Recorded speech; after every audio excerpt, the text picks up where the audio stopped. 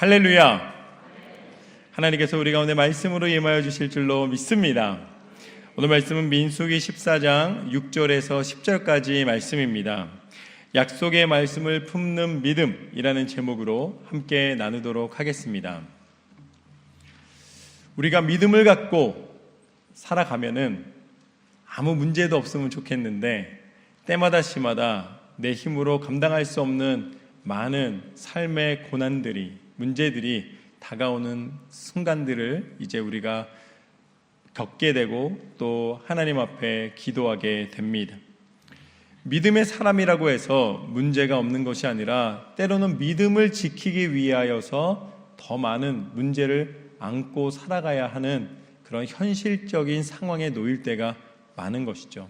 그렇다면 우리가 그리스도인으로서, 믿음의 사람으로서 그러한 문제에 대하여서 어떻게 대처하고 어떻게 이겨나갈 수 있는가? 가장 신앙의 본질적인 부분에 대하여서 우리가 함께 말씀으로 나눠보도록 하겠습니다. 민수기 13장 말씀을 보면은 이스라엘 백성이 드디어 가나안 땅 앞에 서서 하나님의 그 약속의 땅을 향하여 요단강을 건너면 들어갈 수 있는 코앞에까지 이제 도착하게 되었습니다.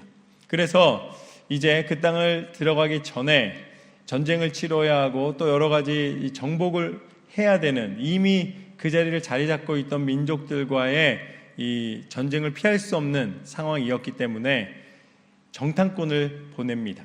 정탐꾼을 보냈는데 각 지파별로 대표 한 사람씩을 보냈습니다.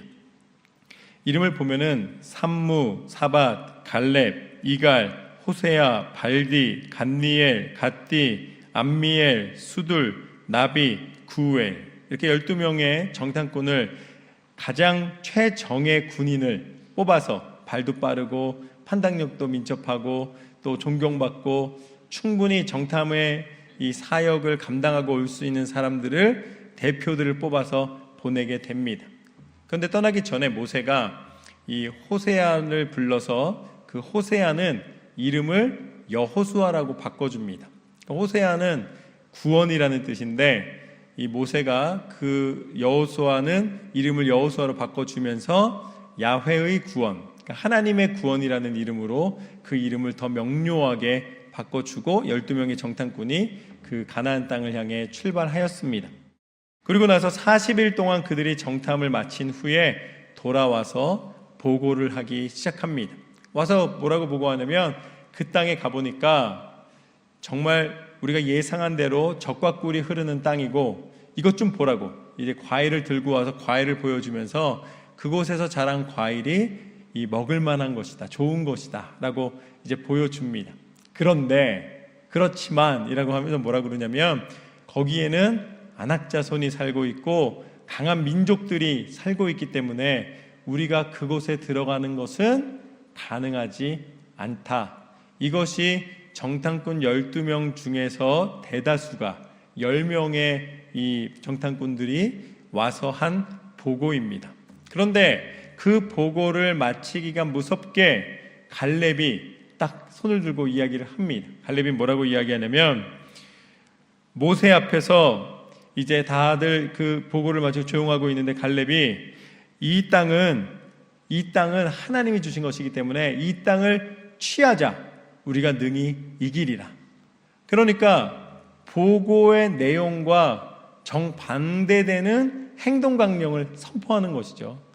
그러니까 그 땅을 가서 우리가 취하자라고 선포를 합니다. 그랬더니 함께 보고했던 그 10명의 정탐꾼들이 화를 냅니다. 아니 이게 무슨 말이냐고. 그 땅은 이 안악자손 거인들이 있는 땅이어서 우리가 도저히 이길 만한 곳이 아니다. 그곳에 있는 사람들을 보면은 이 각 두루다니며 정탐한 모든 사람들이 뭐라 그러냐면 너무나 강하기 때문에 우리가 스스로 이길 수 없고 그 사람들과 우리를 비교해 보면은 그 사람들은 강한 사람이고 우리는 스스로 메뚜기다. 아마 그들이 우리를 볼 때도 우리를 메뚜기처럼 생각할 수밖에 없을 것이다 라고 이야기를 합니다. 대부분의 정탐꾼들은 그것에 동의를 했고 스스로를 낙담하고 연약하게 여겼습니다. 그러한 배경 가운데, 그 문제가 발생한 가운데 이제 나타난 사건이 바로 오늘 본문의 말씀입니다. 6절 말씀을 보면 그 땅을 정탐한 자 중 눈의 아들 여호수아와 여분네의 아들 갈렙이 자기들의 옷을 찢고, 여호수아와 갈렙은 그것에 동의할 수가 없었습니다. 그렇기 때문에 그들이 옷을 찢었다는 행동은 그들의 마음 가운데 답답함이 있었다는 것입니다. 원통함이 있었다는 것입니다. 슬픔이 있었다는 것이죠. 그리고 또 자기들이 말하는 것이 이제 대다수의 다른 같이 갔던 정탐꾼들과 다른 이야기이기 때문에 어찌 보면은 자기들이 힘든 위기의 상황 속에 들어갈 수 있음에도 불구하고 자신들의 마음을 찢으며 이야기하고 있는 절박한 표현을 보여주고 있는 것이죠. 그들이 이렇게 이야기를 합니다. 7절과 8절 말씀을 보면 이스라엘 자손의 온 회중에게 말하여 이르되 우리가 두루 다니며 정탐한 땅은 심히 아름다운 땅이라 여호와께서 우리를 기뻐하시면 우리를 그 땅으로 인도하여 들이시고 그 땅을 우리에게 주시리라. 이는 과연 젖과 꿀이 흐르는 땅이니라. 아멘. 이것이 오늘 말씀의 첫 번째 교훈입니다. 하나님의 눈으로 문제를 보라. 하나님의 눈으로 문제를 보라. 지금 그 땅을 들어가고는 싶은데 그 땅에 강한 사람들이, 그 민족들이 이미 자리를 잡고 있고 도저히 불가능해 보이는 상황 속에 놓여있는 이스라엘 백성에게 여호수아와 갈렙이 선포하는 것은 똑같이 보고 왔는데 똑같은 표현을 하고 있지만 전혀 다른 이야기를 펼치고 있는 것입니다. 왜냐하면 다 12명 다 대단한 사람들이었습니다. 다 대표하는 사람들이었고 리더들이었습니다. 그렇지만 여호수아와 갈렙만 똑같이 젖과 꿀이 흐르는 땅인데 10명은 도저히 들어갈 수 없는 땅이라고 보고를 했고 2명은 여호수아와 갈렙은 그 땅은 젖과 꿀이 흐르는 땅이고 우리가 들어가 정복할 땅이라고 이야기를 했습니다. 거기에 뭐라고 나와 있는가? 하나님의 말씀대로. 그들이 그 땅을 정복할 땅이라고 이야기할 수 있었던 것은 우리가 군사력만 다 갖추면, 우리가 무언가 힘을 모으면 된다라는 동기부여가 아니라 하나님의 약속의 말씀이 있었기 때문이라. 하나님 말씀대로 그 땅은 정복할 수 있는 아름다운 땅이다 라고 선포하고 있는 것이죠. 이것을 핑계댈 수도 없습니다. 이거는 우리가 하나님이 알려주지 않으셨기 때문에 하나님의 뜻대로 우리가 순종한다 해도 너무나 강력한 곳이기 때문에 우리의 힘으로는 부족하다. 물론 현실적인 모습을 보면은 그렇게 이야기할 수도 있습니다. 거기에다가 또 그들이 하나님의 백성 가운데 어찌 보면은 대표였기 때문에 그들을 대변해서 보호할 의무가 있었다고도 그들이 해석할 수 있는, 충분히 그 상황에 대하여서 변명할 수도 있고 핑계댈 수도 있고 이제 명분을 만들 수가 있는 상황이었습니다. 그렇지만 그 가운데 하나님은 무엇을 보시는가? 하나님은 그 곳에서 이야기하는 사람의 믿음을 보시는 줄로 믿습니다. 그것이 확실한 이유는 무엇인가? 오늘 그 이야기를 여호수아도 이야기하고 있지만, 모세의 총애를 받던 여호수아도 이야기하고 있지만 혼자 이야기하는 것이 아니라 동역자였던 갈렙이 함께 이야기하고 있기 때문입니다. 갈렙은 누구인가? 갈렙은 소개할 때 여분네의 아들 갈렙입니다. 그런데 그를 표현하는 또 다른 묘사가 있습니다. 그는 그나스 사람이었다. 그나스 사람은 누구냐면 바로 에돔의 후예입니다. 그러니까 이스라엘 백성 그 12지파 입장에서는 바로 이방 민족인 것이죠. 이방 나라입니다. 그런데 거기에서 이제 유다에 이제 들어와서 유다의 혈통 가운데 그들이 함께 거하게 된 것이죠. 비록 그가 유다 지파 사람이었지만 그가 이방인의 후손이었다는 것입니다. 그러니까 이건 무엇을 이야기하는가? 하나님은 그 이스라엘 백성을 갖추고 당신의 백성의 그 구성을 통하여서 당신의 나라의 모습을 보여주시고 하나님의 보호하심과 인도하심을 보여주시면서 하나님이 아브라함에게 하셨던 약속을 지키시면서 특별히 하나님께서는 누구를 사랑하시고 누구를 건져내시고 누구를 통해 역사하시는가? 혈족을 쫓아 이 전통 유대 족속, 유다 족속의 사람을 사용하신 것이 아니라 하나님이 갈렙을 통해 보여주시는 것은 하나님은 믿음을 보신다는 것입니다. 하나님은 혈통을 보시고 조건을 보시고 상황을 보시는 것이 아니라 하나님은 믿음을 보시고 그 믿음의 사람의 고백을 통해 역사하시는 하나님이신 줄로 믿습니다. 나는 부족하다라고 이야기할 것이 없다는 거예요. 우리에게 필요한 것은 믿음입니다. 갈렙이 믿음의 선포를 하였을 때에 그 대표들 중에서도 구별될 수 있었고 하나님의 역사의 통로로 쓰임받을 수가 있었습니다. 그러기에 히브리서 11장 6절 말씀을 보면 이렇게 나와 있습니다. 믿음이 없이는 하나님을 기쁘시게 하지 못하나니 하나님께 나아가는 자는 반드시 그가 계신 것과 또한 그가 자기를 찾는 자들에게 상 주시는 이심을 믿어야 할지니라. 할렐루야. 내게 은혜 베푸시고 내게 상을 주시고 나를 보호하시고 나를 인도하시는 분은 하나님이신 줄로 믿습니다. 하나님을 믿는 믿음이 있어야지만 하나님을 기쁘시게 해드릴 수 있노라. 하나님은 믿는 자가 구별되기를 원하십니다. 하나님께서는 믿음과 자만을 구별하십니다. 그렇기 때문에 믿음으로 살아가는 비전과 또 자만심과 욕심으로 살아가는 야망을 분별하십니다. 그것을 분명하게 하나님께서는 나누십니다. 그 대표적인 예가 어디에 있냐면 바로 가룟 유다를 보면은 알 수가 있습니다. 요한복음 12장 말씀에 보면은 이 예수님이 제자들과 함께 그 나사로가 거하는 곳에 들어가는 장면이 나옵니다. 거기에서 예수님이 그곳에 거하실 때에 그 마르다와 마리아가 있는데 이 마리아가 예수님 앞에 값비싼 이 향유 한 나들을 가지고 옵니다. 그리고서 예수님 앞에 어떻게 하는가? 향유를 깨뜨려서 예수님의 발에 붓습니다.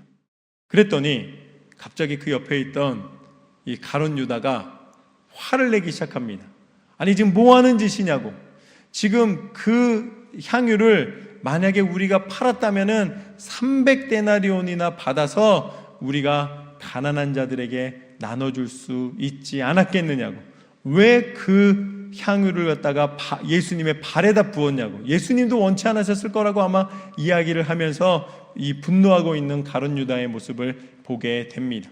그런데 성경에서는 그렇게 가난한 이들을 돕자라고 이야기하고 있는 가룟 유다, 선한 일을 베풀자고 이야기하고 있는 가룟 유다를 향하여 뭐라고 표현하고 있는가? 그는 도둑이라. 그는 도둑이라는 것입니다. 그러면서 예수님께서 말씀하십니다. 마리아를 가만히 두어라. 그는 나의 장례를 준비하고 있는 것이라. 가난한 이들은 언제든지 옆에 있을 수 있지만 나는 그렇지 아니하다.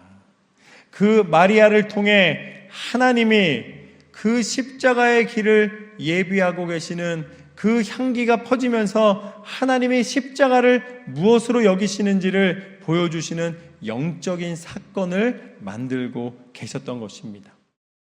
우리가 믿음의 눈을 뜨면 보이는 것들이 있습니다. 그러면 그것은 낭비가 아니었다는 것이죠. 예수님의 발에 향유를 붓는 것은 예수님의 십자가를 예비하며 하나님이 행하실 일을 기대하는 철저한 순종이었음을 보게 됩니다. 우리는 믿음의 눈을 뜨고 진정으로 이것이 믿음의 선택과 길인지를 분별해야 될 이유가 있는 줄로 믿습니다. 하나님을 믿는 믿음 안에 하나님이 함께하여 주시노라. 그렇기 때문에 믿음은 철저히 자기 기준이 아니라 하나님의 뜻을 분별하여 순종하는 것입니다. 이게 믿음인가 자만인가, 이것이 비전인가 야망인가를 구별하는 그 구별점은 너무나 분명합니다. 이것이 하나님의 뜻인가, 하나님께서 원하시는 것인가?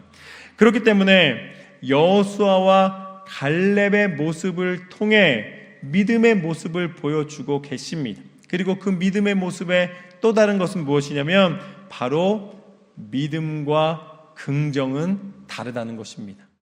우리가 소위 말하는 긍정적인 사람이 되어야 된다라고 이야기를 하는데 그 긍정적인 사람이 되어야 된다는 것의 참 의미를 우리가 다시 한번 기억해야 된다는 것이죠. 믿음의 사람은 긍정적입니다. 분명한 하나님의 뜻을 가지고 하나님의 영광을 위하여 끝까지 행합니다. 그렇지만 긍정적인 사람이라고 해서 다 믿음이 있는 사람은 아니다라는 것이죠. 예를 들어서 할 수 있다라는 이 동기부여를 가지고 할 수 있다라는 구호를 가지고 외치면서 사업을 성공할 수도 있습니다. 어떤 장애를 겪거나 어떤 연약함이 있는 것을 할 수 있다 하면서 그것을 극적으로 극복해내는 경우도 있습니다. 그렇지만 그것은 할 수 있다라는 동기부여이고 하나님이 사람을 당신의 형상대로 지어주셨기 때문에 우리 가운데 있는 잠재된 능력이 발휘되는 것입니다. 할 수 있다보다 중요한 것은 무엇인가? 할 수 있도록 공급하시고 능력 주시는 하나님을 인정해 드리는 것인 줄로 믿습니다. 그래서 그냥 긍정적인 사람은 할 수 있다라고 동기를 부여하는 좋은 리더가 될 수 있습니다. 그렇지만 믿음의 사람은 할 수 있는 그 자리에서 하나님이 하게 해 주시노라고 기도하고 하나님이 하게 하셨노라고 하나님을 인정해 드리는 영적 리더가 되는 줄로 믿습니다. 저는 우리가 그냥 리더가 아니라 영적 리더로 승리하시기를 주님의 이름으로 축원합니다. 오늘 여호수아와 갈렙이 하나님의 뜻을 붙잡고 그 말씀을 붙잡고 선포하였을 때에 그들이 영적 리더로 자리를 잡을 수가 있었던 것이죠. 그것이 바로 오늘 말씀의 두 번째입니다. 9절 말씀부터 보면 다만 여호와를 거역하지 말라. 또 그 땅 백성을 두려워하지 말라. 그들은 우리의 먹이라. 그들의 보호자는 그들에게서 떠났고 여호와는 우리와 함께 하시느니라.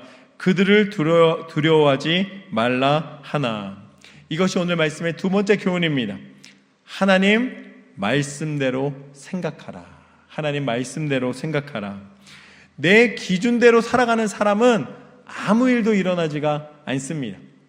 이 사람의 특성이 되게 신기한 것이 막 뛰면은 힘들잖아요. 달리는 사람은 뭐 하고 싶어 합니까? 걷고 싶어지는 거죠. 걷는 사람은 또 어떻게 하고 싶어요? 한참 걷다 보면 피곤하니까 앉고 싶어집니다. 앉은 사람은 또 한참 앉아있다 보면 엉덩이 아프다 그러고 뭐라 그럽니까? 눕고 싶어집니다. 누워있으면 뭐 하고 싶어요? 자고 싶어지는 거예요. 그 사람의 모습입니다. 그런데 하나님의 사람은 주일 아침에 자고 싶은 몸을 쳐서 복종하여서 벌떡 일어나서 눈이 오나 비가 오나 하나님 앞에 예배자로 서게 되는 줄로 믿습니다. 하나님을 예배하는 기쁨의 비밀을 고백하게 되는 것이죠. 하나님의 눈으로 문제를 바라보는 사람은 하나님의 말씀을 붙잡고 그 문제를 대처해 나갑니다. 분별까지는 했는데 아무것도 안 하면은 아무 일도 일어나지 않는 것이죠. 믿음의 결단에 맞는 행동이 필요하다라는 것입니다. 열당의 정탐꾼은 스스로 뭐라고 그랬습니까? 스스로를 메뚜기라 그랬고 도저히 할 수 없다라고 스스로 포기하였습니다. 그러나 여호수아와 갈렙은 달랐습니다. 그들은 뭐라고 선포하는가? 다만 여호와를 거역하지 말라. 또 그 땅 백성을 두려워하지 말라. 그들은 우리의 먹이라. 그들은 우리의 밥이라. 할렐루야. 여러분에게 질병이 찾아오거나 여러분에게 어려움이 찾아왔을 때에 여러분이 하나님을 의지함으로 가슴을 활짝 열고 너희는 내 밥이라. 하나님의 마음으로 그 문제를 바라보시길 주님의 이름으로 축원합니다. 왜냐하면 민수기 13장 2절 말씀을 보면 그들이 정탐을 하기 전에 이미 하나님께서 뭐라고 말씀하셨냐면 그 땅 보고 와라 그러지 않으셨습니다. 사람을 보내어 내가 이스라엘 자손에게 주는 가나안 땅을 정탐하게 하되. 그러니까 갈까 말까를 결정하기 위해서 정탐꾼을 보낸 것이 아니라 내가 너희에게 줄 땅을 보고 오고 조사하고 어떻게 들어갈까를 계획하기 위해서 보내라고 말씀해 주셨던 것이죠. 여호수아와 갈렙은 철저히 하나님의 말씀대로 선포하고 있는 것입니다. 그러기에 그 땅을 정복하는 것은 할까 말까의 문제도 아니고 할 수 있을까 할 수 없을까의 문제가 아니라 하나님이 반드시 이루어 주시되 그 땅을 어떻게 할까를 고민해야 된다라고 선포하고 있는 것이죠. 그러기에 뭐라고 선포합니까? 그들의 보호자는 그들에게서 떠났고, 왜냐하면 하나님이 우리와 함께 하시기에 더 이상 그 땅을 지배하던 어떤 신도 대항할 수 없다는 것입니다. 여호와는 우리와 함께 하시느니라 그들을 두려워하지 말라. 할렐루야. 하나님은 실수하지 않으시는 하나님이십니다. 하나님은 생각할수록 우리를 지속적으로 한결같이 인도해 주시는 하나님이십니다. 그러기에 하나님의 말씀을 붙잡고 하나님을 의지하는 자는 끝까지 승리케 하여 주시는 줄로 믿습니다. 그것을 우리는 바라보며 나아가는 것이죠. 내 의지로 하는 것은 중간에 쉽게 포기하게 됩니다. 그렇지만 하나님을 의지하여 하나님의 행하심을 기대하여 말씀 붙잡고 하나님 앞에 나아가는 모든 사역과 모든 결단은 하나님이 열매 맺게 하여 주시는 줄로 믿습니다. 말씀으로 행하라. 말씀으로 지속하라. 스스로 하나님 앞에 깨닫고 결단하고 나아가는 이 결심의 행함이 중요합니다. 그래서 우리 교회의 가장 중요한 원칙이 무엇입니까? 해라가 아니라 한다입니다. 내가 스스로 자발적으로 하나님의 사명을 감당할 때에 그곳에 믿음의 열매를 맺게 하시는 줄로 믿습니다. 그래서 마지막으로 10절 말씀에 보면 이렇게 나와 있습니다. 온 회중이 그들을 돌로 치려 하는데 그때에 여호와의 영광이 회막에서 이스라엘 모든 자손에게 나타나시니라. 할렐루야. 이것이 오늘 말씀의 세 번째 교훈입니다. 하나님은 믿음의 사람에게 반드시 응답해 주신다. 이제 이 대다수의 더 많은 숫자가 반대를 했고 여호수아와 갈렙 소수가 들어가자라고 선포하고 있는 것이죠. 그러니까 나머지 10사람이 어떻겠습니까? 자존심이 상하겠죠. 그러니까 이 두 사람만 없으면, 숫자도 더 적고 더 연약하니까 이 사람들만 없으면 이제 우리가 말한 것이 힘을 얻고 그냥 여기서 정착해서 편하게 살면 된다라고 아마 판단을 했을 것입니다. 그래서 그들의 반대되는 의견에 대하여서 아주 거칠게 반응합니다. 돌을 들고 달려들어서 돌로 치려 하였다라는 것이죠. 여호수아와 갈렙은 하나님의 뜻을 전하고 믿음의 선포를 하였기 때문에 돌에 맞을 수 있는 위기에 복면하게 됩니다. 그런데 우리가 믿음의 삶을 살면 때로는 큰 어려움이 다가오고 큰 위협이 다가온다 할지라도 하나님을 의지하는 믿음을 끝까지 지켜내시기를 주님의 이름으로 축원합니다. 하나님께서 그 위기 앞에 친히 하나님의 영광으로 임하여 주신 줄로 믿습니다.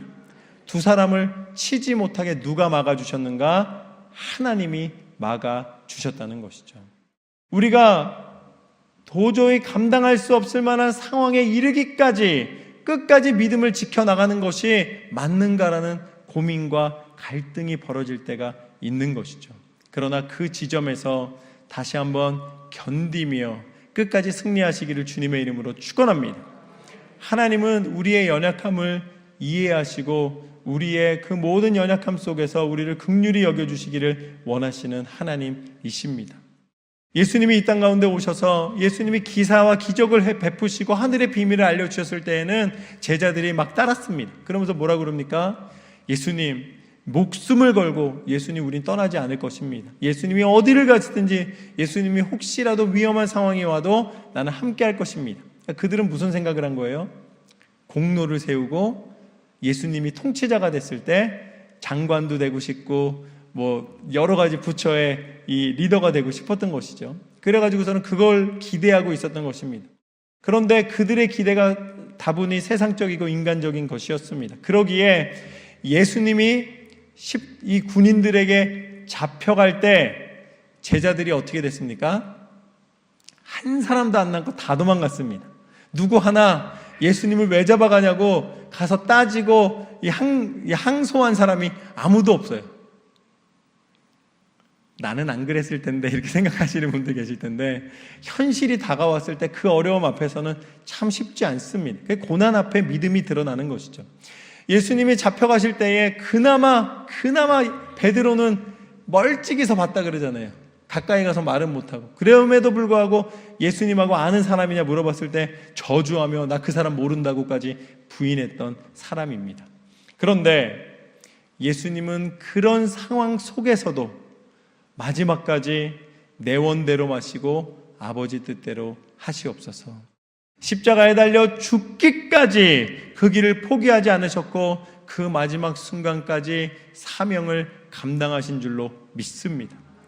그래서 그 십자가의 죽음으로 끝나신 것이 아니라 십자가의 죽음을 통해서 세상의 권세, 죽음의 권세, 죄의 권세를 깨트리시고 다시 부활하셔서 영원한 생명의 구주가 되어주신 줄로 믿습니다. 그리고 다시 예수님이 찾아와 주셨습니다. 베드로를 찾아와 주셨고 다른 모든 제자들을 찾아와 주셔서 그들의 연약함 속에서 그들을 다시 건져주시고 그들이 참된 제자의 길, 이제는 진짜 순종과 생명의 길을 하나님 앞에 걸을 수 있도록 인도해 주신 것을 보게 됩니다. 우리가 걸어야 할 길은 무엇인가? 우리를 위하여 반드시 응답하시고 우리 가운데 반드시 나타내시는 하나님, 그 사랑의 증거 예수 그리스도의 이름을 선포하는 삶을 살아야 될 줄로 믿습니다. 하나님은 우리의 연약함을 긍휼히 여기실 뿐만 아니라 우리가 기도하는 모든 기도 제목을 들으시고 응답해 주시는 하나님이십니다. 불평할 것이 없는 것은 가만히 돌아보면 하나님이 보호해 주지 않으시고 응답해 주지 않으셨으면 이 순간까지 우리가 어떻게 살아갈 수 있었겠습니까?